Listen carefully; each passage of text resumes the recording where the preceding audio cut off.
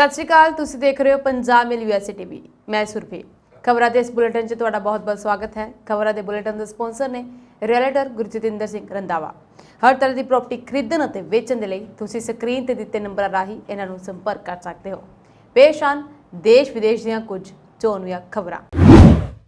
New Zealand जाण ਦਾ ਸੁਨਹਿਰੀ ਮੌਕਾ, ਨੀਮਾਂ 'ਚ ਦਿੱਤੀ ਢਿੱਲ, ਹੁਣ ਤੱਕ 1 ਲੱਖ ਪ੍ਰਵਾਸੀ ਪਹੁੰਚੇ, ਪੰਜਾਬੀ ਰਹੇ ਅਵਲ। ਕੈਨੇਡਾ ਤੋਂ ਭਾਰਤੀ ਵਿਦਿਆਰਥੀਆਂ ਨੂੰ ਡਿਪੋਰਟ ਕਰਨ ਦੇ ਮਾਮਲੇ ਦੇ ਵਿੱਚ ਵੱਡੀ ਅਪਡੇਟ, ਸਰਕਾਰ ਨੇ ਲਿਆ ਅਹਿਮ ਫੈਸਲਾ। ਡੋਂਕੀ ਲਗਾ ਕੇ ਯੂਰਪ 'ਚ ਜਾ ਰਹੇ ਪ੍ਰਵਾਸੀਆਂ ਨਾਲ ਵਾਪਰਿਆ ਪਾਣਾ, 79 ਲੋਕਾਂ ਦੀ ਮੌਤ, ਸੈਂਕੜੇ ਲਾਪਤਾ। ਰਾਜਦੂਤ ਤਰਨਜੀਤ ਸਿੰਘ ਸੰਧੂ ਨੇ ਕਿਹਾ ਕਿ ਭਾਰਤ ਅਮਰੀਕਾ ਵਰਗੀ ਸਾਂਝੇਦਾਰੀ ਹੋਰ ਕਿਤੇ ਨਜ਼ਰ ਨਹੀਂ ਆਵੇਗੀ। ਚੀਨ ਨੇ ਅਮਰੀਕਾ ਵੱਲੋਂ ਕੰਪਨੀਆਂ ਤੇ ਲਾਈਆਂ ਨਵੀਆਂ ਪਾਬੰਦੀਆਂ ਦੀ ਕੀਤੀ ਆਲੋਚਨਾ। ट्रंप ने खुफिया दस्तावेज घर रखने के दोष ना कबूले। कैनेडा च 47 लाख हैक्टर जंगल खाक बनया नवा रिकॉर्ड। हुण खबरां विस्तार दे नाल।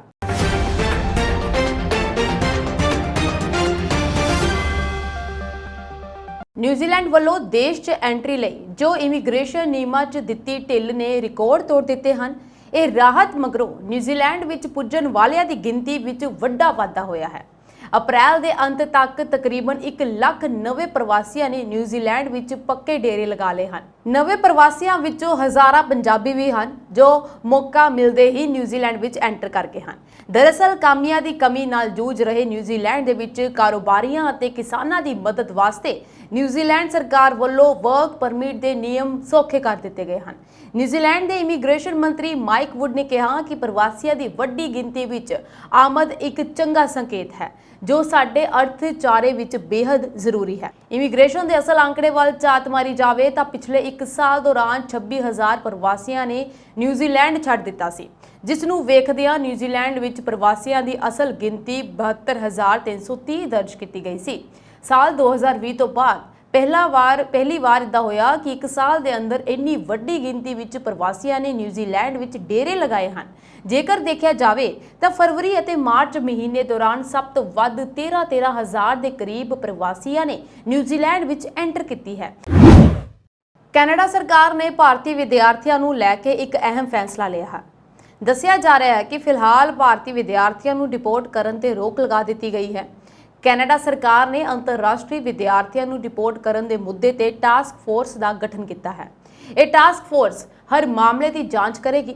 सरकार ने भी दस्सिया कि ਜਿਹੜੇ विद्यार्थी इस टैसट विच सही पाए जाणगे उन्हां नूं कुछ सालां दे लई कैनेडा विच रहण दी इजाजत दित्ती जावेगी। कैनेडा के इमीग्रेशन मंत्री ने यह ऐलान किया है। इस दे नाल ही कैनेडा सरकार ने कहा कि ਜਿਹੜੇ विद्यार्थी धोखाधड़ी का शिकार पाए जाणगे उन्हां नूं कैनेडा सरकार वल्लों इत्थे रहण दी इजाजत दित्ती जावेगी। गैर कानूनी ढंग दे नाल आउण वाले खिलाफ कानूनी कार्रवाई की जाएगी। कैनेडियन इमीग्रेशन मंत्री शान फ्रेजर ने डिपोर्ट किए जा रहे अंतरराष्ट्रीय विद्यार्थियों बारे बयान जारी करदिआं स्पष्ट किया कि ਜਿਹੜੇ विद्यार्थी पढ़ाई करन दे मनशे दे नाल आए सन वो डिपोर्ट नहीं किए जाएंगे। उन्होंने आरजी रिहायशी परमिट दिते जाएंगे। डिपोर्ट उही किए जाएंगे जिन्हां दी कैनेडा आउण दी मंशा पढ़ाई करना नहीं सी। प्रवासियों को लैके जा रही एक मच्छी फड़न वाली किश्ती मंगलवार देर रात ग्रीस के तट से पलटन कारण डुब गई, जिस कारण घट्टो घट्ट 79 लोगों की मौत हो गई है और सैकड़े लोग लापता हो गए। अधिकारियों ने यह जानकारी दी। उन्होंने दस्सिया कि यह सारे प्रवासी यूरोप जाने की कोशिश कर रहे सन। तट रक्षक जल सेना और हवाई जहाज़ों ने रात भर वड्डे पद्धर ते खोज और बचाव मुहिम चलाई। अजे तक यह स्पष्ट नहीं है कि किन्ने यात्री लापता हैं। कोस्ट गार्ड के बुलारे निकोस एलेक्सियो ने सरकारी ERTV नूं दस्सिया कि यात्रियों की सही गिनती का अंदाजा लगाना हले असंभव है। अजिहा लगता है कि 80-100 फुट की किश्ती लोगों के अचानक एक पासे जान तो बाद पलट गई और कुछ समय बाद डुब गई। कालामाटा के दक्षिणी बंदरगाह शहर के डिप्टी मेयर ने कहा कि शुरुआती जानकारी तो पता चलता है कि किश्ती दे विच 500 तो वध लोग सवार सन। ਕੋਸਟ ਗਾਰਡ ਦੇ ਇੱਕ ਬਿਆਨ ਅਨੁਸਾਰ ਜਦੋਂ ਉਹਨਾਂ ਦੇ ਜਹਾਜ਼ਾਂ ਅਤੇ ਵਪਾਰਕ ਜਹਾਜ਼ਾਂ ਨੇ ਕਿਸ਼ਤੀ ਨੂੰ ਬਚਾਉਣ ਦੀ ਵਾਰ-ਵਾਰ ਕੋਸ਼ਿਸ਼ ਕੀਤੀ ਤਾਂ ਉਹਨਾਂ ਨੂੰ ਅਜਿਹਾ ਕਰਨ ਤੇ ਰੋਕਿਆ ਗਿਆ। ਕਿਸ਼ਤੀ ਦੇ ਸਵਾਰ ਲੋਕ ਕਹਿੰਦੇ ਰਹੇ ਕਿ ਉਹ ਇਟਲੀ ਜਾਣਾ ਚਾਹੁੰਦੇ ਹਨ। ਕੋਸਟ ਗਾਰਡ ਅਧਿਕਾਰੀਆਂ ਨੇ ਦੱਸਿਆ ਕਿ ਮੰਗਲਵਾਰ ਦੇਰ ਰਾਤ ਕਰੀਬ 1:40 ਤੇ ਕਿਸ਼ਤੀ ਦਾ ਇੰਜਨ ਟੁੱਟਣ ਤੋਂ ਬਾਅਦ ਕਿਸ਼ਤੀ ਡੁੱਬਣ ਲੱਗੀ। ਬਿਆਨ ਮੁਤਾਬਿਕ ਕਿਸ਼ਤੀ 10 ਤੋਂ 15 ਮਿੰਟ ਬਾਅਦ ਡੁੱਬ ਗਈ। ਅਧਿਕਾਰੀਆਂ ਨੇ ਦੱਸਿਆ ਕਿ ਕਿਸ਼ਤੀ ਗ੍ਰੀਸ ਦੇ ਦੱਖਣੀ ਪੈਲੋਪੋਨੇਸ ਪ੍ਰਾਇਦੀਪ ਤੋਂ ਲਗਭਗ 75 ਕਿਲੋਮੀਟਰ ਦੱਖਣ ਪੱਛਮ ਦੀ ਅੰਤਰਰਾਸ਼ਟਰੀ ਪਾਣੀ ਵਿੱਚ ਡੁੱਬੀ। ਉਸ ਵਿੱਚ ਸਵਾਰ 104 ਲੋਕਾਂ ਨੂੰ ਬਚਾ ਲਿਆ ਗਿਆ ਹੈ। ਬਚਾਏ ਗਏ ਲੋਕਾਂ ਦੇ ਵਿੱਚੋਂ 25 ਨੂੰ ਬੁਖਾਰ ਦੀ ਸ਼ਿਕਾਇਤ ਦੇ ਨਾਲ ਹਸਪਤਾਲ ਦੇ ਵਿੱਚ ਦਾਖਲ ਕਰਵਾਇਆ ਗਿਆ ਹੈ। ਭਾਰਤੀ ਰਾਜਦੂਤ ਤਰਨਜੀਤ ਸਿੰਘ ਸੰਧੂ ਨੇ ਭਾਰਤ ਅਮਰੀਕਾ ਸਬੰਧਾਂ ਨੂੰ ਇੱਕ ਅਜਿਹੀ ਭਾਈਵਾਲੀ ਦੱਸਿਆ ਜੋ ਹੁਣ ਦੇਖਣ ਨੂੰ ਨਹੀਂ ਮਿਲੇਗੀ। ਉਹਨਾਂ ਨੇ ਕਿਹਾ ਕਿ ਅਮਰੀਕਾ ਕੋਲ ਲੋੜੀਂਦੀ ਪੂੰਜੀ ਅਤੇ ਟੈਕਨੋਲੋਜੀ ਹੈ, ਜਦਕਿ ਭਾਰਤ ਦੇ ਕੋਲ ਪੈਮਾਨਾ ਅਤੇ ਪ੍ਰਤਿਭਾ ਦੋਵੇਂ ਹਨ, ਜਿਸ ਕਾਰਨ ਕੋਈ ਵੀ ਇਨ੍ਹਾਂ ਤੇ ਦਾਅ ਲਗਾ ਸਕਦਾ ਹੈ। ਸੰਧੂ ਨੇ ਇਹ ਗੱਲ ਅਮਰੀਕਾ ਇੰਡੀਆ ਬਿਜ਼ਨਸ ਕੌਂਸਲ ਦੇ ਸਾਲਾਨਾ ਇੰਡੀਆ ਆਈਡੀਆਜ਼ ਸਮਿਟ ਨੂੰ ਸੰਬੋਧਨ ਕਰਦੇ ਕਿਹਾ। ਉਹਨਾਂ ਨੇ ਕਿਹਾ ਕਿ ਭਾਰਤ ਅਮਰੀਕਾ ਸੰਬੰਧਾਂ ਦੇ ਲਈ ਟੈਗ ਲਾਈਨਾਂ ਵਿੱਚੋਂ ਇੱਕ ਜੋ ਮੈਨੂੰ ਸਭ ਤੋਂ ਵੱਧ ਪਸੰਦ ਹੈ, ਇੱਕ ਸਾਂਝੇਦਾਰੀ ਵਰਗੀ ਕੋਈ ਹੋਰ ਨਹੀਂ। ਤੁਸੀਂ ਸੋਚ ਸਕਦੇ ਹੋ ਕਿ ਚੰਗੇ ਡਿਪਲੋਮੈਟ ਹਰ ਰਿਸ਼ਤੇ ਬਾਰੇ ਇਹ ਕਹਿੰਦੇ ਹਨ, ਮੇਰੇ ਤੇ ਭਰੋਸਾ ਕਰੋ, ਇਹ ਵਿਲੱਖਣ ਹੈ। ਅਮਰੀਕਾ ਕੋਲ ਲੋੜੀਂਦੀ ਪੂੰਜੀ ਅਤੇ ਟੈਕਨੋਲੋਜੀ ਹੈ, ਜਦਕਿ ਅਸੀਂ ਪੈਮਾਨੇ ਅਤੇ ਪ੍ਰਤਿਭਾ ਦੋਵਾਂ ਦੀ ਪੇਸ਼ਕਸ਼ ਕਰਦੇ ਹਾਂ। ਇਹ ਅਜਿਹਾ ਸਟਾਕ ਹੈ ਜਿਸ ਤੇ ਕੋਈ ਵੀ ਸੱਟਾ ਲਗਾ ਸਕਦਾ ਹੈ। ਸੰਧੂ ਦਾ ਇਹ ਬਿਆਨ ਪ੍ਰਧਾਨ ਮੰਤਰੀ ਨਰਿੰਦਰ ਮੋਦੀ ਦੇ ਅਮਰੀਕੇ ਦੌਰੇ ਤੋਂ ਠੀਕ ਪਹਿਲਾਂ ਆਇਆ ਹੈ। ਪ੍ਰਧਾਨ ਮੰਤਰੀ ਮੋਦੀ ਰਾਸ਼ਟਰਪਤੀ ਜੋ ਬਾਈਡਨ ਅਤੇ ਫਸਟ ਲੇਡੀ ਜਿਲ ਬਾਈਡਨ ਦੇ ਸੱਦੇ ਤੇ 21 ਤੋਂ 24 ਜੂਨ ਤੱਕ ਅਮਰੀਕਾ ਦਾ ਦੌਰਾ ਕਰਨਗੇ। ਇਸ ਦੌਰਾਨ ਉਹ ਕਾਂਗਰਸ ਦੇ ਸਾਂਝੇ ਇਜਲਾਸ ਨੂੰ ਵੀ ਸੰਬੋਧਨ ਕਰਨਗੇ। ਅਮਰੀਕਾ ਦੇ ਵਿੱਚ ਭਾਰਤ ਦੇ ਰਾਜਦੂਤ ਤਰਨਜੀਤ ਸਿੰਘ ਸੰਧੂ ਵੱਲੋਂ ਭਾਰਤ ਅਮਰੀਕਾ ਭਾਈਵਾਲੀ ਨੂੰ ਹੋਰ ਤੇਜ਼ ਕਰਨ ਦੇ ਲਈ ਟੈਕਨੋਲੋਜੀ ਦੀ ਸ਼ਕਤੀ ਨੂੰ ਰੇਖਾਂਕਿਤ ਕਰਨ ਤੋਂ ਇੱਕ ਦਿਨ ਬਾਅਦ ਆਇਆ ਹੈ ਅਤੇ ਕਿਹਾ ਹੈ ਕਿ ਇਹ ਦੋਵਾਂ ਦੇਸ਼ਾਂ ਦੇ ਸਬੰਧਾਂ ਦੇ ਲਈ ਅਸਲ ਸੰਭਾਵਨਾ ਨੂੰ ਖੋਲ੍ਹਣ ਲਈ ਸਭ ਤੋਂ ਮਹੱਤਵਪੂਰਨ ਸਾਧਨ ਹੈ। ਟੈਕਨੋਲੋਜੀ ਵੀ ਉਹੀ ਹੈ। ਉਹਨਾਂ ਨੇ ਕਿਹਾ ਸੀ ਕਿ ਟੈਕਨੋਲੋਜੀ ਦੇ ਖੇਤਰ 'ਚ ਸਾਡੇ ਵਿਚਕਾਰ ਕਾਫੀ ਤਾਲਮੇਲ ਹੈ, ਇਹ ਵਪਾਰਕ ਜਿੰਨਾ ਰਣਨੀਤਿਕ ਹੈ। ਚੀਨ ਨੇ ਮੰਗਲਵਾਰ ਨੂੰ ਅਮਰੀਕਾ ਵੱਲੋਂ ਕੰਪਨੀਆਂ ਤੇ ਲਗਾਈਆਂ ਗਈਆਂ ਨਵੀਂ ਪਾਬੰਦੀਆਂ ਦੀ ਆਲੋਚਨਾ ਕੀਤੀ ਹੈ, ਜਿਨ੍ਹਾਂ ਦੇ ਬਾਰੇ ਵਿੱਚ ਮੰਨਿਆ ਜਾਂਦਾ ਹੈ ਕਿ ਉਹ ਚੀਨ ਦੇ ਫੌਜੀ ਪਾਇਲਟਾਂ ਨੂੰ ਸਿਖਲਾਈ ਦੇ ਰਿਹਾ ਹੈ ਅਤੇ ਹਥਿਆਰ ਦੇ ਵਿਕਾਸ ਵਿੱਚ ਬੀਜਿੰਗ ਦੀ ਮਦਦ ਕਰ ਰਿਹਾ ਹੈ। ਚੀਨੀ ਵਿਦੇਸ਼ ਮੰਤਰਾਲੇ ਦੇ ਬੁਲਾਰੇ ਵਾਂਗ ਵੈਨਬਿਨ ਨੇ ਵਾਸ਼ਿੰਗਟਨ ਨੂੰ ਅਪੀਲ ਕੀਤੀ ਕਿ ਉਹ ਉਸ ਦੀਆਂ ਕੰਪਨੀਆਂ ਦੇ ਕੰਮਕਾਜ ਨੂੰ ਰੋਕਣ ਦੇ ਲਈ ਨਿਰਯਾਤ ਨਿਯੰਤਰਣ ਕਦਮਾਂ ਦੀ ਦੁਰਵਰਤੋਂ ਬੰਦ ਕਰੇ। ਵਾਂਗ ਨੇ ਬੀਜਿੰਗ ਵਿੱਚ ਆਪਣੀ ਰੋਜ਼ਾਨਾ ਪ੍ਰੈਸ ਕਾਨਫਰੰਸ ਦੇ ਵਿੱਚ ਕਿਹਾ ਕਿ ਅਮਰੀਕਾ ਵਾਰ-ਵਾਰ ਰਾਸ਼ਟਰੀ ਸੁਰੱਖਿਆ ਸਿਧਾਂਤ ਨੂੰ ਬਿਨਾਂ ਵਜ੍ਹਾ ਵਧਾ ਚੜਾ ਕੇ ਦੱਸ ਰਿਹਾ ਹੈ ਅਤੇ ਰਾਜ ਦੀ ਸ਼ਕਤੀ ਦੀ ਦੁਰਵਰਤੋਂ ਚੀਨੀ ਕੰਪਨੀਆਂ ਦਾ ਦਮਨ ਕਰਨ ਦੇ ਲਈ ਕਰ ਰਿਹਾ ਹੈ। ਉਹ ਸਿਰਫ ਅੰਤਰਰਾਸ਼ਟਰੀ ਆਰਥਿਕ ਵਿਵਸਥਾ ਅਤੇ ਵਪਾਰ ਨਿਯਮ ਨੂੰ ਭੰਗ ਕਰਨਾ ਚਾਹੁੰਦਾ ਹੈ। ਉਹਨਾਂ ਨੇ ਵੀ ਕਿਹਾ ਕਿ ਇਹ ਅਨੈਤਿਕ ਪਾਗਲਪਨ ਦੇ ਪੱਧਰ ਤੱਕ ਪਹੁੰਚ ਗਿਆ ਹੈ। ਵਾਂਗ ਨੇ ਕਿਹਾ ਕਿ ਚੀਨ ਮੰਗ ਕਰਦਾ ਹੈ ਕਿ ਅਮਰੀਕਾ ਤੁਰੰਤ ਮਨੁੱਖੀ ਅਧਿਕਾਰਾਂ ਜਾਂ ਫੌਜੀ ਅਧਿਕਾਰੀਆਂ ਮੁੱਦਿਆਂ ਤੇ ਨਾਮ ਦੇ ਆਰਥਿਕ, ਵਪਾਰਕ ਅਤੇ ਵਿਗਿਆਨਿਕ ਮੁੱਦਿਆਂ ਤੇ ਰਾਜਨੀਤੀਕਰਨ, ਮਸ਼ੀਨੀਕਰਨ ਅਤੇ ਹਥਿਆਰ ਦੇ ਤੌਰ ਤੇ ਇਸਤੇਮਾਲ ਕੀਤੇ ਗਲਤ ਰੁਝਾਨ ਨੂੰ ਠੀਕ ਕਰੇ। ਜ਼ਿਕਰਯੋਗ ਹੈ ਕਿ ਅਮਰੀਕੀ ਸਰਕਾਰ ਨੇ ਸੋਮਵਾਰ ਨੂੰ ਰਾਸ਼ਟਰੀ ਸੁਰੱਖਿਆ ਅਤੇ ਵਿਦੇਸ਼ ਨੀਤੀ ਚਿੰਤਾ ਦਾ ਹਵਾਲਾ ਦਿੰਦੇ ਹੋਏ 43 ਅਦਾਰਿਆਂ ਨੂੰ ਨਿਰਯਾਤ ਨਿਰੰਤਰ ਸੂਚੀ ਵਿੱਚ ਪਾ ਦਿੱਤਾ ਸੀ। ਇਸ ਸੂਚੀ ਦੇ ਵਿੱਚ ਚੀਨੀ ਅਤੇ ਵਿਦੇਸ਼ੀ ਕੰਪਨੀਆਂ ਦੋਵੇਂ ਸ਼ਾਮਲ ਸਨ। ਅਮਰੀਕਾ ਦੇ ਸਾਬਕਾ ਰਾਸ਼ਟਰਪਤੀ ਡੋਨਾਲਡ ਟਰੰਪ ਨੇ ਫਲੋਰੀਡਾ ਦੀ ਆਪਣੀ ਰਿਹਾਇਸ਼ 'ਚ ਖੁਫੀਆ ਦਸਤਾਵੇਜ਼ ਰੱਖ ਕੇ ਦਰਜਨਾਵਾਰ ਕਾਨੂੰਨ ਦੀ ਉਲੰਘਣਾ ਕਰਨ ਦਾ ਗੁਨਾਹ ਨੂੰ ਨਹੀਂ ਕਬੂਲਿਆ ਹੈ। ਟਰੰਪ ਮੰਗਲਵਾਰ ਨੂੰ ਮਿਆਮੀ ਦੀ ਅਦਾਲਤ 'ਚ ਪੇਸ਼ ਹੋਏ। ਉਹ ਸੰਘੀ ਅਪਰਾਧਿਕ ਦੋਸ਼ਾਂ ਦਾ ਸਾਹਮਣਾ ਕਰਨ ਵਾਲੇ ਦੇਸ਼ ਦੇ ਪਹਿਲੇ ਸਾਬਕਾ ਰਾਸ਼ਟਰਪਤੀ ਬਣ ਗਏ ਹਨ। ਨੇਵੀ ਸੂਟ ਅਤੇ ਲਾਲ ਰੰਗ ਦੀ ਟਾਈ ਪਹਿਨੇ ਟਰੰਪ ਫਲੋਰੀਡਾ ਦੀ ਮਿਆਮੀ ਅਦਾਲਤ 'ਚ ਸੁਣਵਾਈ ਸ਼ੁਰੂ ਹੋਣ ਤੋਂ 15 ਮਿੰਟ ਪਹਿਲਾਂ ਪੁੱਜੇ ਅਤੇ ਬਹੁਤ ਸੰਭਲ ਕੇ ਆਪਣੀ ਕੁਰਸੀ ਤੇ ਬੈਠੇ। ਉਦੋਂ ਤੱਕ ਜੱਜ ਅਦਾਲਤ ਦੇ ਕਮਰੇ 'ਚ ਨਹੀਂ ਪੁੱਜੇ ਸਨ। ਟਰੰਪ ਦਾ ਪੁੱਤਰ ਐਰਿਕ ਟਰੰਪ ਅਦਾਲਤ 'ਚ ਆਪਣੇ ਪਿਤਾ ਦੇ ਨਾਲ ਸੀ। ਇਹ ਅਜਿਹਾ ਇਤਿਹਾਸਕ ਮਾਮਲਾ ਹੈ ਜੋ 2024 ਦੀਆਂ ਚੋਣਾਂ ਨੂੰ ਦੇਖਦਿਆਂ ਅਮਰੀਕਾ ਦੇ ਸਿਆਸੀ ਅਤੇ ਕਾਨੂੰਨੀ ਦ੍ਰਿਸ਼ ਨੂੰ ਬਦਲ ਸਕਦਾ ਹੈ। ਸੰਘੀ ਵਕੀਲਾਂ ਨੇ ਟਰੰਪ ਦੇ ਆਪਣੇ ਕਾਰਜਕਾਲ ਦੌਰਾਨ ਖੁਫੀਆ ਦਸਤਾਵੇਜ਼ ਹਾਸਲ ਕਰਨ ਅਤੇ ਉਹਨਾਂ ਨੂੰ ਆਪਣੇ ਕੋਲ ਰੱਖਣ ਦੇ ਦੋਸ਼ ਲਾਏ। ਸਾਬਕਾ ਰਾਸ਼ਟਰਪਤੀ ਦੇ 37 ਸੰਘੀ ਦੋਸ਼ ਲਾਏ ਗਏ ਹਨ, ਜਿਨ੍ਹਾਂ 'ਚੋਂ 31 ਜਾਸੂਸੀ ਐਕਟ ਦੀ ਉਲੰਘਣਾ ਨਾਲ ਜੁੜੇ ਹੋਏ ਹਨ। ਟਰੰਪ ਦੇ ਵਕੀਲ ਟੋਡ ਬਲਾਂਸ਼ੇ ਨੇ ਕਿਹਾ ਕਿ ਅਸੀਂ ਜੁਰਮ ਨਹੀਂ ਕਬੂਲਣ ਸੰਬੰਧੀ ਪਟੀਸ਼ਨ ਦਾਖਲ ਕਰ ਰਹੇ ਹਾਂ। ਮੈਜਿਸਟ੍ਰੇਟ ਜੱਜ ਗੁੱਡਮੈਨ ਨੇ ਟਰੰਪ ਨੂੰ ਇਸ ਮਾਮਲੇ 'ਚ ਕਿਸੇ ਵੀ ਗਵਾਹ ਨਾਲ ਗੱਲ ਨਾ ਕਰਨ ਦੇ ਲਈ ਕਿਹਾ, ਜਿਨ੍ਹਾਂ ਦੇ ਵਿੱਚ ਵੋਲਟ ਨੌਟਾ ਵੀ ਸ਼ਾਮਲ ਹਨ। ਟਰੰਪ ਨੇ ਇਸ ਮਗਰੋਂ ਸਿਰਫ ਆਪਣੇ ਵਕੀਲਾਂ ਨਾਲ ਹੀ ਗੱਲਬਾਤ ਕੀਤੀ। ਸਾਬਕਾ ਰਾਸ਼ਟਰਪਤੀ ਨੇ ਕਿਹਾ ਕਿ ਬਾਈਡਨ ਸਰਕਾਰ ਨੇ ਉਹਨਾਂ ਤੇ ਦੋਸ਼ ਇਸ ਲਈ ਮੜੇ ਹਨ ਤਾਂ ਜੋ ਲੋਕਾਂ ਦਾ ਧਿਆਨ ਭ੍ਰਿਸ਼ਟਾਚਾਰ ਦੇ ਦੋਸ਼ਾਂ ਤੋਂ ਹਟਾਇਆ ਜਾ ਸਕੇ। ਮਿਆਮੀ ਅਦਾਲਤ ਦੇ ਬਾਹਰ ਟਰੰਪ ਦੇ ਹਮਾਇਤਾਂ ਅਤੇ ਵਿਰੋਧੀਆਂ ਵਿਚਕਾਰ ਝੜਪ ਹੋ ਗਈ ਅਤੇ ਸਾਬਕਾ ਰਾਸ਼ਟਰਪਤੀ ਦੇ ਕਾਫਲੇ ਨੂੰ ਰੋਕਣ ਦੀ ਕੋਸ਼ਿਸ਼ ਕਰਨ ਵਾਲੇ ਇੱਕ ਵਿਅਕਤੀ ਨੂੰ ਗ੍ਰਿਫਤਾਰ ਵੀ ਕਰ ਲਿਆ ਗਿਆ ਹੈ। ਮੰਗਲਵਾਰ ਨੂੰ ਕੇਸ ਦੀ ਸੁਣਵਾਈ ਮੈਜਿਸਟ੍ਰੇਟ ਜੱਜ ਗੁੱਡਮੈਨ ਨੇ ਕੀਤੀ, ਪਰ ਹੁਣ ਕੇਸ ਦੀ ਸੁਣਵਾਈ ਜ਼ਿਲ੍ਹਾ ਜੱਜ ਐਲਨ ਕੈਨਨ ਕਰਨਗੇ, ਜਿਸ ਨੂੰ ਟਰੰਪ ਨੇ ਜੱਜ ਨਿਯੁਕਤ ਕੀਤਾ ਸੀ। ਇਸ ਜੱਜ ਵੱਲੋਂ ਪਹਿਲਾਂ ਸੁਣਾਏ ਗਏ ਫੈਸਲੇ ਅਤੇ ਸਵਾਲ ਉੱਠਦੇ ਰਹੇ ਹਨ। ਕੈਨੇਡਾ ਦੇ ਜੰਗਲਾਂ ਦੇ ਵਿੱਚ ਲੱਗੀ ਅੱਗ ਬੇਕਾਬੂ ਹੁੰਦੀ ਜਾ ਰਹੀ ਹੈ। ਟੋਰਾਂਟੋ, ਓਟਾਵਾ, ਨਿਊਯਾਰਕ ਅਤੇ ਹੋਰ ਸ਼ਹਿਰ ਇਸ ਦੀ ਚਪੇਟ ਦੇ ਵਿੱਚ ਆ ਗਏ ਹਨ। ਅੱਗ ਦਾ ਧੂਆਂ ਕਿਊਬਿਕ ਵੱਲੋਂ ਆ ਰਿਹਾ ਹੈ। ਅੱਗ ਨੂੰ ਕਾਬੂ ਕਰਨ ਦੇ ਲਈ ਜਹਾਜ਼ ਉਸ ਦੇ ਕੈਮੀਕਲ ਤੱਕ ਛਿੜਕ ਰਹੇ ਹਨ, ਪਰ ਇਹ ਉਪਾਅ ਨਾਕਾਫੀ ਸਾਬਤ ਹੋ ਰਹੇ ਹਨ। ਅੱਗ ਤੋਂ ਹੁਣ ਤੱਕ 47 ਲੱਖ ਹੈਕਟੇਅਰ ਖੇਤਰ ਦਾ ਜੰਗਲ ਸੜ ਕੇ ਸੁਆਹ ਹੋ ਚੁੱਕਿਆ ਹੈ।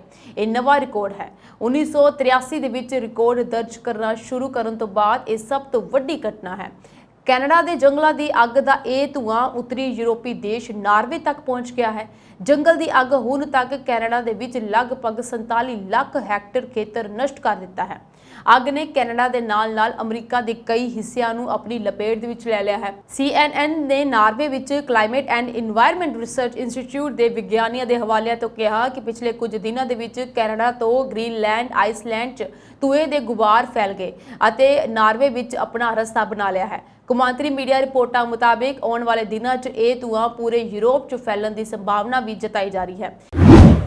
ਪਿੰਡ ਸ਼ਿਕਾਰ ਮਾਛੀਆਂ ਦੇ ਜੰਮਪਾਲ ਜਗਦੀਪ ਸਿੰਘ ਮਾਨ ਨੇ ਨਵੀਆਂ ਪੈੜਾ ਪਾਉਂਦੇ ਹੋਏ ਫੈਡਰਲ ਕਰੈਕਸ਼ਨਲ ਆਫਿਸਰ CX1 ਦੇ ਰੈਂਕ ਦਾ ਮਾਲਕ ਬਣਦੇ ਹੋਏ ਆਪਣਾ ਪਿੰਡ, ਮਾਂ-ਬਾਪ ਅਤੇ ਪਰਿਵਾਰ ਦਾ ਨਾਂ ਰੋਸ਼ਨ ਕੀਤਾ ਹੈ।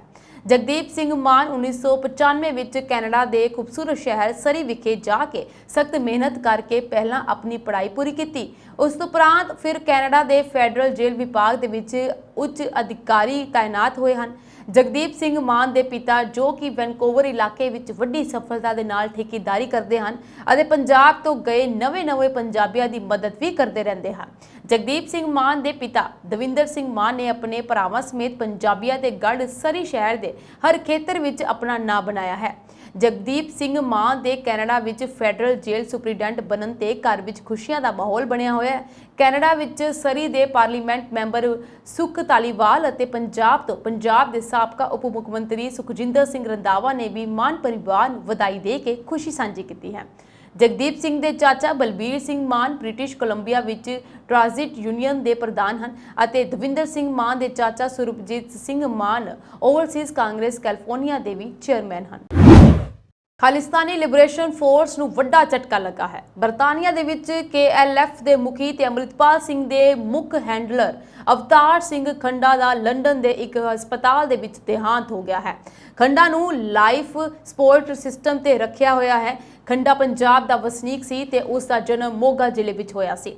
ਅਵਤਾਰ ਸਿੰਘ ਖੰਡਾ ਤੇ ਲੰਡਨ ਸਥਿਤ ਭਾਰਤੀ ਦੂਤਾਵਾਸ ਦੇ ਬਾਹਰ ਤਿਰੰਗਾ ਉਤਾਰਨ ਦਾ ਦੋਸ਼ ਵੀ ਹੈ। ਸੂਤਰਾਂ ਅਨੁਸਾਰ KLF ਮੁਖੀ ਅਵਤਾਰ ਸਿੰਘ ਖੰਡਾ ਦੀ ਲੰਡਨ ਦੇ ਇੱਕ ਹਸਪਤਾਲ ਦੇ ਵਿੱਚ ਹੋਈ ਮੌਤ ਦਾ ਕਾਰਨ ਉਹਨਾਂ ਦੇ ਨਜ਼ਦੀਕੀ ਰਿਸ਼ਤੇਦਾਰਾਂ ਵੱਲੋਂ ਜ਼ਹਿਰ ਦੇਣ ਵੀ ਮੰਨਿਆ ਜਾ ਰਿਹਾ ਹੈ। ਪਰ ਜਾਣਕਾਰੀ ਇਹ ਹੈ ਕਿ ਅਵਤਾਰ ਸਿੰਘ ਖੰਡਾ ਬਲੱਡ ਕੈਂਸਰ ਤੋਂ ਪੀੜਿਤ ਸਨ, ਜਿਸ ਤੋਂ ਬਾਅਦ ਉਹਨਾਂ ਦੇ ਸਰੀਰ ਦੇ ਵਿੱਚੋਂ ਜ਼ਹਿਰ ਫੈਲ ਗਿਆ ਸੀ। ਉਹ ਪਿਛਲੇ ਕਈ ਦਿਨਾਂ ਤੋਂ ਹਸਪਤਾਲ ਦੇ ਵਿੱਚ ਜੇਰੇ ਇਲਾਜ 'ਚ ਸਨ। ਅਵਤਾਰ ਸਿੰਘ ਖੰਡਾ ਤੇ ਦੋਸ਼ ਸੀ ਕਿ ਉਸਨੇ ਪੰਜਾਬ 'ਚ ਆਪਣੇ ਸਲੀਪਰ ਸੈੱਲ ਦੀ ਮਦਦ ਦੇ ਨਾਲ ਅੰਮ੍ਰਿਤਪਾਲ ਸਿੰਘ ਨੂੰ 37 ਦਿਨਾਂ ਤੱਕ ਲੁਕਾ ਕੇ ਰੱਖਿਆ ਸੀ। ਖੰਡਾ ਦਾ ਪੂਰਾ ਪਰਿਵਾਰ ਖਾਲਿਸਤਾਨੀ ਲਹਿਰ ਨਾਲ ਜੁੜਿਆ ਰਿਹਾ ਹੈ। ਖੰਡਾ ਨੂੰ ਬਰਤਾਨੀਆ ਵਿੱਚ ਭਾਰਤੀ ਦੂਤਾਵਾਸ ਤੇ ਹਮਲੇ ਤੇ ਤਿਰੰਗੇ ਅਤੇ ਅਪਮਾਨ ਤੇ ਬਾਅਦ ਗ੍ਰਿਫਤਾਰ ਕੀਤਾ ਗਿਆ ਸੀ। ਖੰਡਾ ਬਾਰੇ ਕਿਹਾ ਜਾਂਦਾ ਹੈ ਕਿ ਉਸ ਨੇ ਅੰਮ੍ਰਿਤਪਾਲ ਸਿੰਘ ਨੂੰ ਪੰਜਾਬ ਦੇ ਵਿੱਚ ਖੜਾ ਕਰਨ ਵਿੱਚ ਅਹਿਮ ਭੂਮਿਕਾ ਨਿਭਾਈ ਸੀ। ਸਾਲ 2015 ਚ ਕੇਂਦਰ ਸਰਕਾਰ ਨੇ ਕੁਝ ਸ਼ੱਕੀ ਖਾਲਿਸਤਾਨੀ ਆਗੂਆਂ ਦੀ ਸੂਚੀ ਬ੍ਰਿਟਿਸ਼ ਸਰਕਾਰ ਨੂੰ ਸੌਂਪੀ ਸੀ, ਜਿਸ ਵਿੱਚ ਖੰਡਾ ਦਾ ਨਾਮ ਵੀ ਸ਼ਾਮਲ ਸੀ। BCI ਇਨਕਾਰਪੋਰੇਸ਼ਨ ਵੱਲੋਂ ਬੁੱਧਵਾਰ ਨੂੰ ਆਪਣੇ 1300 ਮੁਲਾਜ਼ਮਾਂ ਦੀ ਛਾਂਗੀ ਕਰਨ ਦਾ ਐਲਾਨ ਕੀਤਾ ਗਿਆ। ਕੁੱਲ ਮਿਲਾ ਕੇ ਇਹ ਛਾਂਗੀਆਂ ਕੰਪਨੀ ਦੀ ਵਰਕਫੋਰਸ ਦਾ 3% ਬਣਦੀਆਂ ਹਨ। ਇਸ ਤੋਂ ਇਲਾਵਾ ਕੰਪਨੀ ਨੇ 9 ਰੇਡੀਓ ਸਟੇਸ਼ਨ ਬੰਦ ਕਰਨ ਜਾਂ ਵੇਚਣ ਦਾ ਐਲਾਨ ਵੀ ਕੀਤਾ ਹੈ। ਇਨ੍ਹਾਂ ਛਾਂਗੀ ਕੀਤੇ ਮੁਲਾਜ਼ਮਾਂ ਵਿੱਚ ਬੈਲ ਮੀਡੀਆ ਦੇ 6% ਮੁਲਾਜ਼ਮ ਵੀ ਹਨ। ਬੈਲ ਦੇ ਕੁਝ ਆਲਾ ਦਰਜੇ ਦੇ ਪੱਤਰਕਾਰਾਂ ਸਮੇਤ ਜਿਨ੍ਹਾਂ ਮੁਲਾਜ਼ਮਾਂ ਦੀ ਛਾਂਗੀ ਕੀਤੀ ਗਈ ਹੈ ਉਹਨਾਂ ਵੱਲੋਂ ਦਿਨ ਭਰ ਸੋਸ਼ਲ ਮੀਡੀਆ ਉੱਤੇ ਇਹ ਖਬਰ ਸਾਂਝੀ ਕੀਤੀ ਜਾਂਦੀ ਰਹੀ। सीटीवी नेशनल न्यूज़ की एग्जीक्यूटिव प्रोड्यूसर रोज़ा हवांग समेत कंपनी ने कई उगे पत्रकारों की प्रोफाइल अपडेट करके आख्या कि हुण वो कंपनी नाल काम नहीं कर रहे। अमरीका दे विच मीडिया इंडस्ट्री वालों इस साल 17,000 तो वध पत्रकारों की छांगी की जा चुकी है। यह खुलासा अजिहियां छांगियां दा रिकॉर्ड रखन वाली मई 2023 चैलेंजर रिपोर्ट विच कीता गया। सीटीवी दे लंडन, यूके ते लॉस एंजल्स फॉरन ब्यूरोस नूं कंपनी वालों बंद किया जा रहा है, जबकि वाशिंगटन डीसी के अमले नूं घटाया जा रहा है। इस अलावा कंपनी हैमिल्टन के AM रेडियो 1150 ते AM 820 के नाल विंडसर के AM 580 नूं वेचन जा रही है। ये किस कंपनी नूं वेचे जा रहे हैं इस बारे कोई जानकारी नहीं दी गई ते CRTC की मंजूरी उत्ते निर्भर करते हैं। लंडन के वैंबले तो एक हैरान करने वाला मामला सामने आ रहा है, जिथे हैदराबाद की रहने वाली 27 साल की लड़की की चाकू मार के हत्या कर दी गई। प्राप्त जानकारी अनुसार मंगलवार सवेरे करीब 10 बजे लंडन च ब्राजील के नागरिक वालों 27 साल की औरत ते कथित तौर पर हमला किया गया। मृतक की पछाण कोंथम तेजस्विनी वजों हुई है। दरअसल उचेरी सिक्ख्या के लिए लंडन आई तेजस्विनी की मौके पर ही मौत हो गई। मैट्रोपोलिटन पुलिस के अनुसार एक होर 28 साल औरत ते भी हमला किया गया सी, जिस नूं इलाज के लिए अस्पताल दाखिल करवाया गया।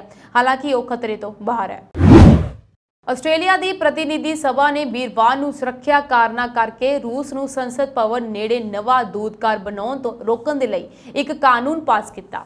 प्रधानमंत्री एंथनी एल्बानीज ने कहा कि कानून सुरक्षा एजेंसियां की सलाह के आधार पर साइट ते रूस की लीज नूं खत्म कर देवेगा। एल्बनीज ने पत्रकारों को कहा कि संसद भवन के इन्ने नेड़े रूस की मौजूदगी बारे बहुत स्पष्ट सुरक्षा सलाह दी गई है। असीं ये यकीनी बनाउण दे लई तेजी दे नाल कार्रवाई की कि साइट रस्मी कूटनीतिक मौजूदगी का कारण ना बन जाए। एल्बानीज ने कहा कि आस्ट्रेलिया की सरकार रूस के यूक्रेन ते गैर कानूनी अते अनैतिक हमले की निंदा करती है। एल्बानीज ने यह भी कहा कि विरोधी धਿਰ ਅਤੇ होर संसद मैंबर जिन्हों ने सरकार का समर्थन नहीं किया उसनूं बुधवार रात नूं कानून बारे जानकारी दी गई ਅਤੇ वीरवार नूं दोवां सदनां विचों इसनूं पास करन दे लई सहमत होए। सरकार कोल प्रतिनिधि सभा विच बहुमत है पर सैनेट विच नहीं। उन्होंने कहा कि यह स्पष्ट है कि अज का फैसला आस्ट्रेलिया की राष्ट्रीय सुरक्षा के हित विच लिया गया सी अते मैं इस मामले विच सहयोग लई गठजोड़ अते हाउस ऑफ रिप्रेजेंटेटिव अते सैनेट लई आजाद उम्मीदवारों का धन्यवाद करता हाँ। इस सवाल का स्पष्ट जवाब कि चीन के दूतघर नूं लैके सुरक्षा संबंधी चिंतावां हन। आस्ट्रेलियाई अधिकारियों ने देश के इतिहास च नशीले पदार्थों की सब तो वड्डी बरामदगी के संबंध में 6 व्यक्तियों ते दोष लगाए हैं। आस्ट्रेलियन फैडरल पुलिस ने वीरवार नूं खुलासा किया कि उन्होंने 5 महीनों में 4 ਵੱਖ-ਵੱਖ खेपां विच कैनेडा तो आस्ट्रेलिया नूं आयात की गई 6 टन तो वध तरल अते क्रिस्टल मैथाफेटामाइन जब्त किए हैं। 2 व्यक्तियों के सरहद नियंत्रित नशीले पदार्थों की व्यापक मात्रा नूं दरामद करने की कोशिश करने का दोष लगाया गया है। जेकर वो दोषी पाए जाते हैं तो उन्होंने उम्र कैद की सज़ा का सामना करना पै सकता है। एक अमरीकी नागरिक समेत 4 होर पुरुषों ते आस्ट्रेलिया दे विच मैथाफेटामाइन खरीदण की कोशिश करन नाल संबंधित अपराधों का दोष लगाया गया है। अंदाजा लगाया गया है कि जब्त किए गए नशीले पदार्थ की व्यक्तिगत बाजारी कीमत लगभग 19 मिलियन है, जिसका कुल मुल्य 1.7 बिलियन आस्ट्रेलियन डॉलर है। ਅਤੇ गैर कानूनी नशीलियां दवाइयां विक्टोरिया ਅਤੇ न्यू साउथ वेल्स आस्ट्रेलिया के सब तो वध आबादी वाले राज्यों के लिए बनिया कैनोला तेल दीयां बोतलों में लुकाईਆਂ गईਆਂ ਹਨ। फिलीपीन की राजधानी के दक्षिण पश्चिमी खेतर में वीरवार नूं 6.2 तीव्रता के भूचाल के झटके महसूस किए गए, पर किसी वड्डे नुकसान या जानी नुकसान की कोई रिपोर्ट नहीं आई। अमरीकी भूविग्यानक सर्वेखण मुताबिक सतह ते करीब 120 किलोमीटर की डूंघाई ते सवेरे हुके नेड़े 6.2 तीव्रता का भूचाल आया। फिलीपीन में भूचाल के झटके अक्सर महसूस किए जाते हैं, पर इस नाल वड्डा नुकसान होने की संभावना घट है। ह्यू मनीला तो लगभग 140 किलोमीटर दूर है। Philippine national council for disaster risk reduction and management ने कहा कि वड्डे नुकसान या जानी नुकसान की कोई तुरंत रिपोर्ट नहीं है, पर मूल्यांकन जारी है। ਫਿਲੀਪੀਨ ਪ੍ਰਸ਼ਾਂਤ ਮਹਾਸਾਗਰ ਬੇਸਿਨ ਅਤੇ ਜਵਾਲਾਮੁਖੀ ਖੇਤਰ ਰਿੰਗ ਆਫ ਫਾਇਰ ਵਿੱਚ ਸਥਿਤ ਹੋਣ ਕਾਰਨ ਨਿਯਮਿਤ ਭੂਚਾਲ ਅਤੇ ਜਵਾਲਾਮੁਖੀ ਫਟਣ ਦਾ ਅਨੁਭਵ ਕਰਦਾ ਹੈ। ਫਿਲੀਪੀਨ ਵਿੱਚ ਸਭ ਤੋਂ ਸਰਗਰਮ ਮੇਨ ਜਵਾਲਾਮੁਖੀ ਇਸ ਸਮੇਂ ਫਟ ਰਿਹਾ ਹੈ। ਹਾਲਾਂਕਿ ਵਿਸਫੋਟ ਹਲਕਾ ਹੈ। ਸੰਭਾਵਿਤ ਨੁਕਸਾਨ ਦੇ ਡਰ ਕਾਰਨ ਜਵਾਲਾਮੁਖੀ ਦੇ ਨੇੜੇ ਉੱਤਰ ਪੂਰਬੀ ਪ੍ਰਾਂਤ ਅਲਬਾ ਦੇ ਖੇਤਰ ਤੋਂ ਲਗਭਗ 18,000 ਲੋਕਾਂ ਨੂੰ ਬਾਹਰ ਕੱਢਿਆ ਗਿਆ ਹੈ। ਭਾਰਤੀ reserve bank governor Shaktikanta Das ਨੂੰ ਬ੍ਰਿਟੇਨ ਦੇ ਮਸ਼ਹੂਰ ਗਵਰਨਰ ਆਫ ਦਾ ਈਅਰ 2023 ਪੁਰਸਕਾਰ ਦੇ ਨਾਲ ਸਨਮਾਨਿਤ ਕੀਤਾ ਗਿਆ। ਦਾਸ ਨੂੰ ਇਹ ਪੁਰਸਕਾਰ ਲੰਡਨ 'ਚ ਮੰਗਲਵਾਰ ਨੂੰ ਸੈਂਟਰਲ ਬੈਂਕਿੰਗ ਵੱਲੋਂ ਦਿੱਤਾ ਗਿਆ। ਦੱਸ ਦੇਈਏ ਕਿ ਆਰਬੀਆਈ ਗਵਰਨਰ ਨੂੰ ਇਹ ਪੁਰਸਕਾਰ ਦੇਣ ਦਾ ਐਲਾਨ ਮਾਰਚ 'ਚ ਹੀ ਕੀਤਾ ਗਿਆ ਸੀ। ਉਸ ਸਮੇਂ ਆਯੋਜਕਾਂ ਨੇ ਕਿਹਾ ਸੀ ਕਿ ਦਾਸ ਨੇ ਆਰਬੀਆਈ ਗਵਰਨਰ ਵਜੋਂ ਅਹਿਮ ਸੁਧਾਰਾਂ ਨੂੰ ਮਜ਼ਬੂਤੀ ਦਿੱਤੀ ਹੈ, ਨਾਲ ਹੀ ਮੋਹਰੀ ਭੁਗਤਾਨ ਇਨੋਵੇਸ਼ਨ ਦੀ ਨਿਗਰਾਨੀ ਕੀਤੀ ਅਤੇ ਭਾਰਤ ਨੂੰ ਮੁਸ਼ਕਲ ਦੌਰ 'ਚੋਂ ਬਾਹਰ ਕੱਢਣ ਦਾ ਕੰਮ ਵੀ ਕੀਤਾ ਹੈ। ਸੈਂਟਰਲ ਬੈਂਕਿੰਗ ਨੇ ਕਿਹਾ ਕਿ ਕੋਵਿਡ-19 ਮਹਾਮਾਰੀ ਦਾ ਦੁਨੀਆ ਭਰ ਦੇ ਵਿੱਚ ਵਿਨਾਸ਼ਕਾਰੀ ਪ੍ਰਭਾਵ ਪਿਆ ਅਤੇ ਸੰਘਣੀ ਆਬਾਦੀ ਵਾਲਾ ਭਾਰਤ ਵਿਸ਼ੇਸ਼ ਤੌਰ ਤੇ ਨਾਜ਼ੁਕ ਸਥਿਤੀ 'ਚ ਸੀ। ਇਸ ਸੰਕਟ ਦੇ ਪ੍ਰਬੰਧ ਵਿੱਚ ਦਾਸ ਦਾ ਸ਼ਾਇਦ ਸਭ ਤੋਂ ਵੱਡਾ ਅਸਰ ਰਿਹਾ। ਇਸ ਤੋਂ ਇਲਾਵਾ ਵੀ ਦਾਸ ਨੇ ਆਰਬੀਆਈ ਗਵਰਨਰ ਵਜੋਂ ਕਈ ਮੁਸ਼ਕਲ ਚੁਣੌਤੀਆਂ ਦਾ ਸਾਹਮਣਾ ਕੀਤਾ। ਇਸ ਮੌਕੇ ਦਾਸ ਨੇ ਆਪਣੇ ਸੰਬੋਧਨ 'ਚ ਕਿਹਾ ਕਿ ਮੁਦਰਾ ਅਤੇ ਵਿੱਤੀ ਪ੍ਰਣਾਲੀ ਦੇ ਕੇਂਦਰ 'ਚ ਮੌਜੂਦ ਕੇਂਦਰੀ ਬੈਂਕਾਂ ਨੂੰ ਉਹਨਾਂ ਦੀਆਂ ਰਵਾਇਤੀ ਜ਼ਿੰਮੇਵਾਰੀਆਂ ਤੋਂ ਇਲਾਵਾ ਵੱਡੀ ਜ਼ਿੰਮੇਵਾਰੀ ਉਠਾਉਣ ਦੇ ਲਈ ਕਿਹਾ ਗਿਆ ਹੈ। ਪਾਕਿਸਤਾਨ ਦੇ ਵਿੱਚ ਹੁਣ ਔਰਤਾਂ ਬੁਰਕੇ 'ਚੋਂ ਬਾਹਰ ਆਉਣ ਲੱਗੀਆਂ ਹਨ। ਪੰਜਾਬ ਵਿੱਚ ਭਾਰਤ ਪਾਕਿਸਤਾਨ ਸਰਹੱਦ ਤੇ ਅੰਮ੍ਰਿਤਸਰ ਵਿੱਚ ਵਾਘਾ ਅਟਾਰੀ, ਫਿਰੋਜ਼ਪੁਰ ਵਿੱਚ ਹੁਸੈਨੀਵਾਲਾ ਅਤੇ ਫਾਜ਼ਿਲਕਾ ਦੇ ਸਾਦਕੀ ਬਾਰਡਰ ਤੇ ਹੋਣ ਵਾਲੀ ਰੀਟਰੀਟ ਸੈਰਾਮਨੀ ਦੇ ਵਿੱਚ ਪਾਕਿਸਤਾਨੀ ਗੈਲਰੀ 'ਚ ਆਉਣ ਵਾਲੀਆਂ ਜ਼ਿਆਦਾਤਰ ਔਰਤਾਂ ਹੁਣ ਬਿਨਾਂ ਬੁਰਕੇ ਦੇ ਨਜ਼ਰ ਆਉਂਦੀਆਂ ਹਨ। ਹਾਲਾਂਕਿ ਪਾਕਿਸਤਾਨ ਦੇ ਵਿੱਚ ਆਰਥਿਕ ਅਤੇ ਸਿਆਸੀ ਸੰਕਟ ਤੋਂ ਬਾਅਦ ਪਾਕਿਸਤਾਨੀ ਗੈਲਰੀ ਵਿੱਚ ਆਉਣ ਵਾਲੇ ਪਾਕਿਸਤਾਨੀ ਲੋਕਾਂ ਦੀ ਗਿਣਤੀ ਘਟ ਹੋਈ ਹੈ, ਪਰ ਪਾਕਿਸਤਾਨੀ ਰੇਂਜਰਾਂ ਦਾ ਹੌਸਲਾ ਵਧਾਉਣ ਦੇ ਲਈ ਹੁਣ ਪਾਕਿਸਤਾਨੀ ਸਕੂਲਾਂ ਦੇ ਬੱਚਿਆਂ ਨੂੰ ਪਰੇਡ ਦੇ ਵਿੱਚ ਲਿਆਂਦਾ ਜਾ ਰਿਹਾ ਹੈ, ਜਦਕਿ ਭਾਰਤ ਦੀ ਗੈਲਰੀ 'ਚ ਫਲੈਗ ਹੋਸਟਿੰਗ ਰਸਮ ਵਿੱਚ ਸ਼ਾਮਲ ਹੋਣ ਵਾਲੇ ਲੋਕਾਂ ਦਾ ਜੋਸ਼ ਭਾਰਤ ਦੇ ਵੱਧਦੇ ਕਦਮਾਂ ਦੀ ਕਹਾਣੀ ਬਿਆਨ ਕਰਦਾ ਹੈ। ਇਸ ਰਸਮ ਨੂੰ ਵੇਖਣ ਦੇ ਲਈ ਦੋਵਾਂ ਦੇਸ਼ਾਂ ਨੇ ਸਰਹੱਦ ਨਾਲ ਲੱਗਦੇ ਇਨ੍ਹਾਂ ਤਿੰਨੋਂ ਇਲਾਕਿਆਂ ਵਿੱਚ ਸ਼ਾਨਦਾਰ ਪੈਵੇਲੀਅਨ ਦਾ ਵੀ ਨਿਰਮਾਣ ਕੀਤਾ ਹੈ। ਹਰ ਦਿਨ ਦੋਵਾਂ ਦੇਸ਼ਾਂ ਦੇ ਹਜ਼ਾਰ ਲੋਕ ਇਸ ਫਲੈਗ ਹੋਸਟਿੰਗ ਸੈਰੇਮਨੀ ਨੂੰ ਵੇਖਣ ਦੇ ਲਈ ਆਉਂਦੇ ਹਨ। ਅੰਮ੍ਰਿਤਸਰ ਵਿੱਚ ਵਾਘਾ ਅਟਾਰੀ ਸਰਹੱਦ ਤੇ ਭਾਰਤ ਵਾਲੇ ਪਾਸੇ ਬਣੇ ਸਟੇਡੀਅਮ ਵਿੱਚ 25,000 ਦਰਸ਼ਕਾਂ ਦੇ ਬੈਠਣ ਦੀ ਸਮਰੱਥਾ ਹੈ, ਜਦਕਿ ਪਾਕਿਸਤਾਨ ਦੇ ਪਾਸੇ ਵਾਲੀ ਗੈਲਰੀ ਵਿੱਚ 10,000 ਦਰਸ਼ਕ ਬੈਠ ਸਕਦੇ ਹਨ। ਭਾਰਤ ਵਾਲੀ ਗੈਲਰੀ ਦੇ ਵਿੱਚ ਪੰਜਾਬ ਤੋਂ ਇਲਾਵਾ ਹੋਰ ਸੂਬਿਆਂ ਤੋਂ ਵੀ ਲੋਕ ਆਉਂਦੇ ਹਨ ਅਤੇ ਇਹ ਸਟੇਡੀਅਮ ਨੂਮਾ ਗੈਲਰੀ ਭਰੀ ਹੁੰਦੀ ਹੈ, ਪਰ ਪਾਕਿਸਤਾਨ ਵਾਲੀ ਛੋਟੀ ਗੈਲਰੀ ਵਿੱਚ ਕੰਮ ਵਾਲੇ ਦਿਨਾਂ 'ਚ ਹੀ ਦਰਸ਼ਕ ਘੱਟ ਹੀ ਹੁੰਦੇ ਹਨ, ਪਰ ਜੁਮੇ ਦੇ ਦਿਨ ਆਮ ਦਿਨਾਂ ਨਾਲੋਂ ਜ਼ਿਆਦਾ ਭੀੜ ਹੁੰਦੀ ਹੈ। ਇਹ ਸਨ ਜੀ ਦੇਸ਼ ਵਿਦੇਸ਼ ਦੀਆਂ ਕੁਝ ਚੋਣਵੀਆਂ ਖਬਰਾਂ। ਹੋਰ ਖਬਰਾਂ ਦੇ ਨਾਲ ਜੁੜੇ ਰਹਿਣ ਦੇ ਲਈ ਤੁਸੀਂ ਬਨੇ ਰਹੋ ਪੰਜਾਬ ਮੇਲ USA TV ਦੇ ਨਾਲ।